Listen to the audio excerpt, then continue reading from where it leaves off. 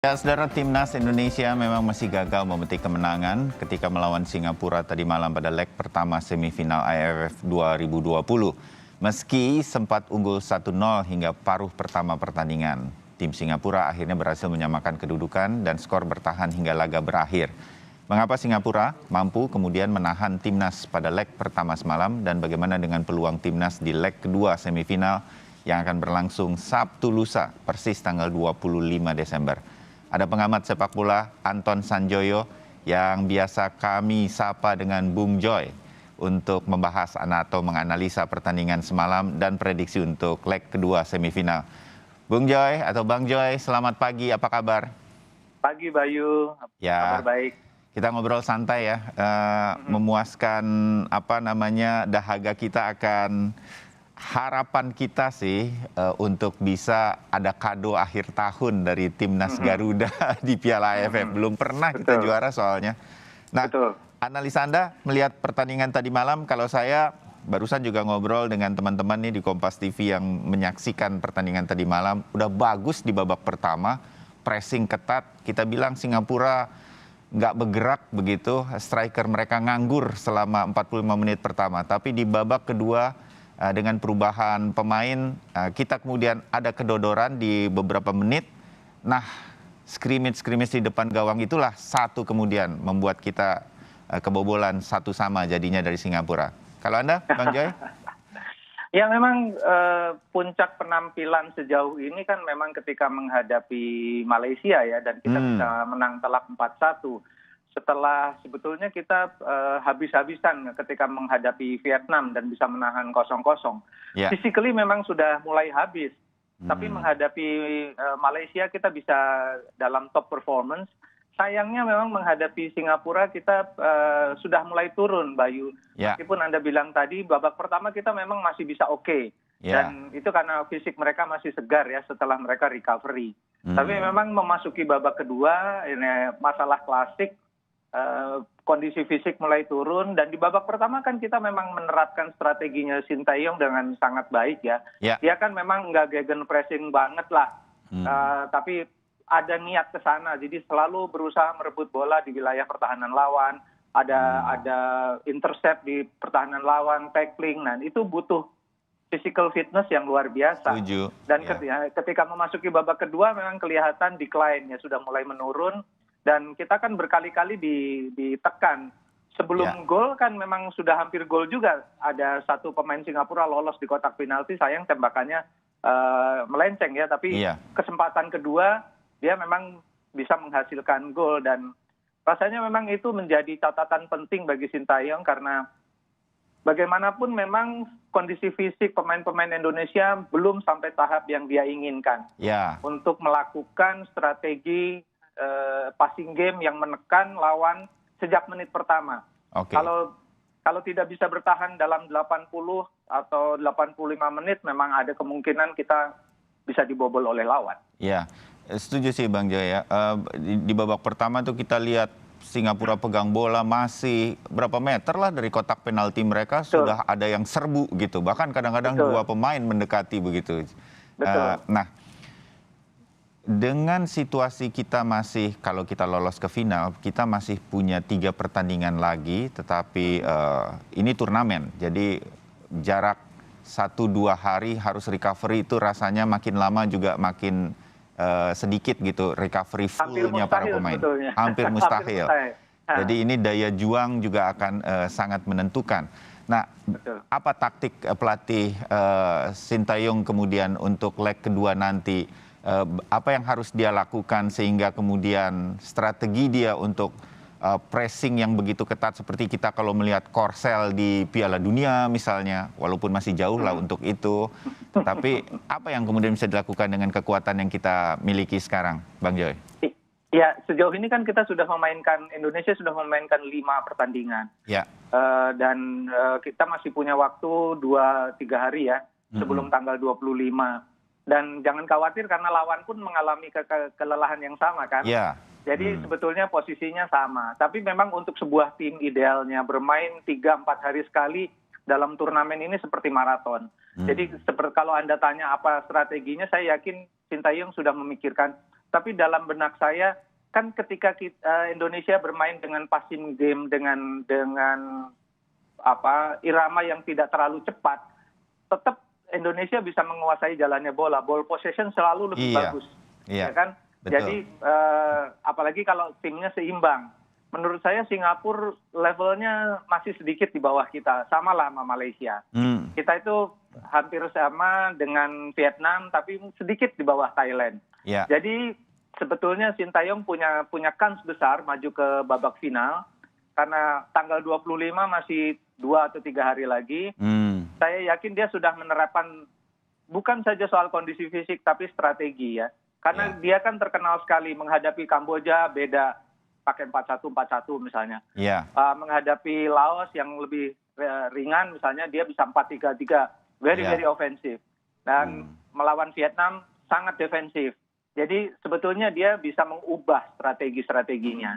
Nah ini ya saya menduga dia akan pasang formasi yang sangat aman, dia 4-4-2. Nggak akan 4-3-3 karena 4-3-3 ada kemungkinan besar pemain akan ngotot menyerang karena memang formasi itu sangat ofensif. Jadi kalau misalnya dia 4-4-2 atau 4-4-1-1, rasanya masih punya kesempatan untuk bisa recover dan bisa kuasai karena kan memang tidak ada aturan gol tandang ya. Kita tetap harus memenangi laga ini. Dengan hasil tadi malam 1-1 kita anggap ini mulai dari nol lah dan mulai dari nol lagi. Leg kedua mati hidup bagi kedua kesebelasan baik Singapura maupun Indonesia. Tapi Singapura punya keuntungan kan sebagai tuan rumah terus gitu. Betul. Tapi ada kemungkinan kita bisa menurunkan Egy Maulana. Menurut Anda ini akan menjadi keuntungan tersendiri bagi timnas Indonesia? Lebih ke moral boosting ya, Bayu. Tapi kalau untuk strategi saya tidak terlalu oke. Karena dia kan bagaimanapun baru bergabung. Ya kan?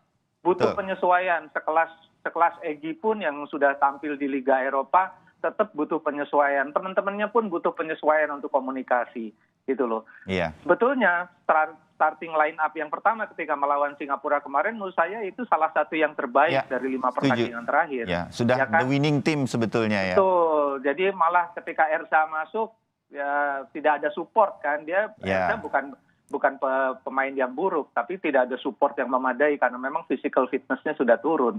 Jadi memang kalau saya sih tetap dengan formasi yang kemarin melawan Singapura, tapi mungkin sedikit modifikasi di lini tengah supaya mereka tetap bisa keeping bola, bisa ball possession bisa dikuasai karena Singapura tidak lebih baik dari Malaysia.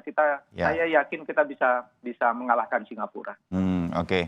Ya banyak yang mengatakan memang ketika bahkan tadi malam pertandingan berlangsung teman-teman melalui grup WA begitu yang sama-sama menyaksikan, kita nobarnya kan di rumah masing-masing begitu.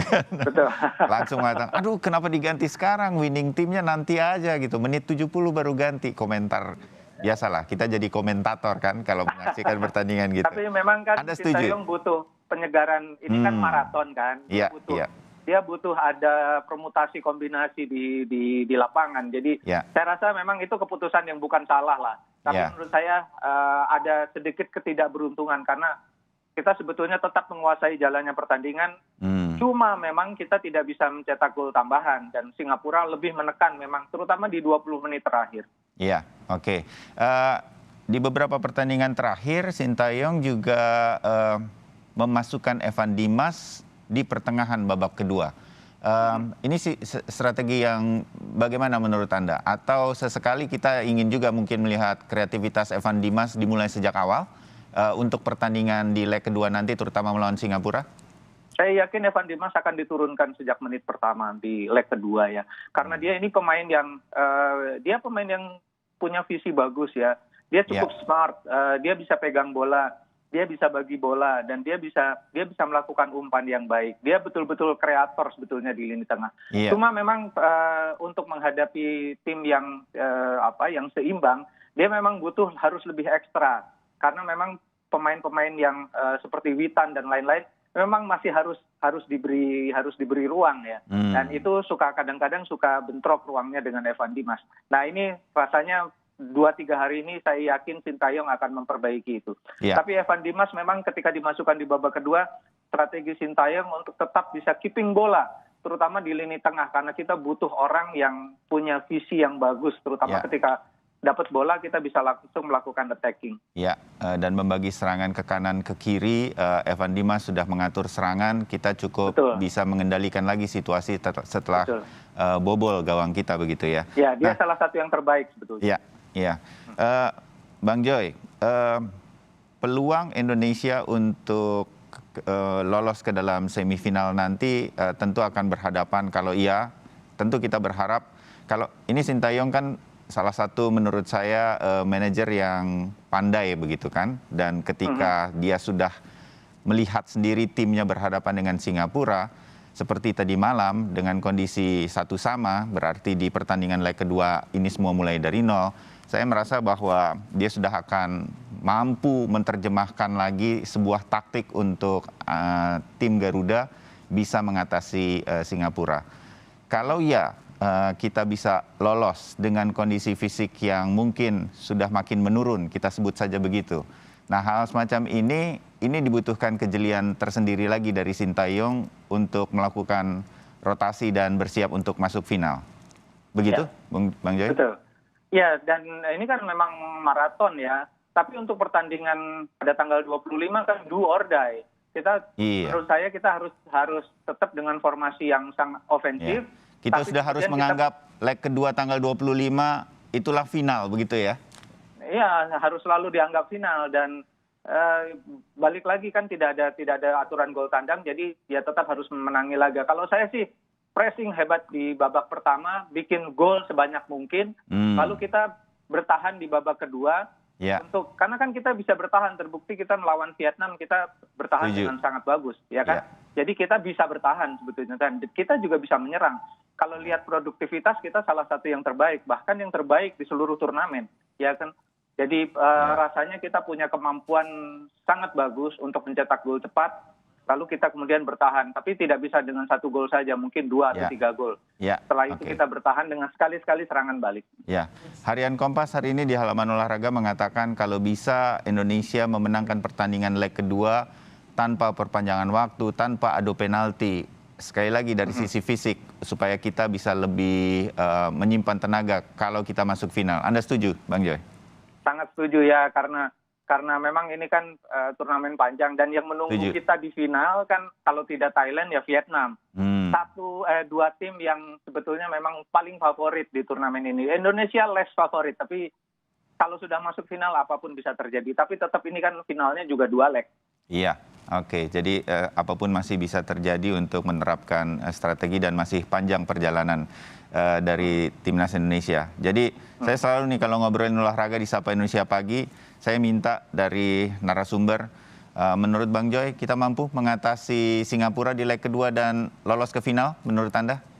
Saya yakin mampu. Kita bisa menang bahkan lebih dari 2 gol. Dan kita punya pertahanan yang bagus, kita punya penyerang yang bagus.